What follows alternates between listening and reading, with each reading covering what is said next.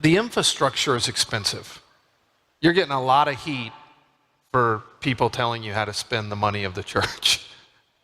That wasn't a softball. How do you think about that, or how can others really understand the scale of this? Okay. Because I'm looking at the education vision that you just painted out and saying, "Whoa, that's not free."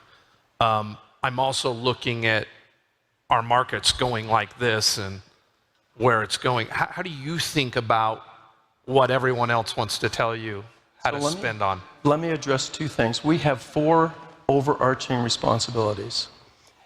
The mission of the church is to help people learn about and live the teachings of Jesus Christ, to share that message with the world, to strengthen and unite families, and to care for the poor and the needy.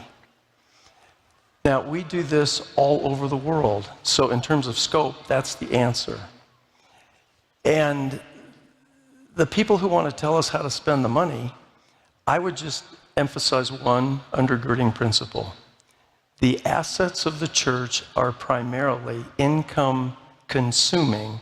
They are not income producing. So go deeper there. 35,000 meeting houses and facilities. They're all paid for when they're dedicated.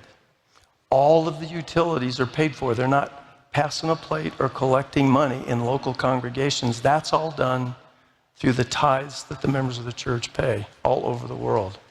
But you've got fixed costs in the maintenance, the utilities, all of those things for all of those buildings. 315 temples in operation, announced, in design, being renovated or under construction. 4 major institutions of higher education. You don't have to be an accountant to figure out, those are some big dollars. So when people say, well, what do you do with all that money? Well, there's an episode in the Old Testament about Joseph, who interpreted a dream for the Pharaoh, that there were 7 years of plenty and 7 years of famine. And in the years of plenty, you better prepare for the years of famine. So people want to speculate about the size of the reserve and all that kind of stuff. $1 billion assisting poor and needy people all over the world annually. $1 billion for education. You just begin to think about that stuff.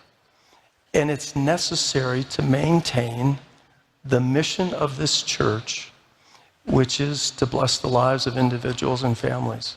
That's what we do. So you feel good about where you're at? You feel like it's prudent and wise? And I think it would be imprudent and unwise not to have a reserve. That was unbelievable.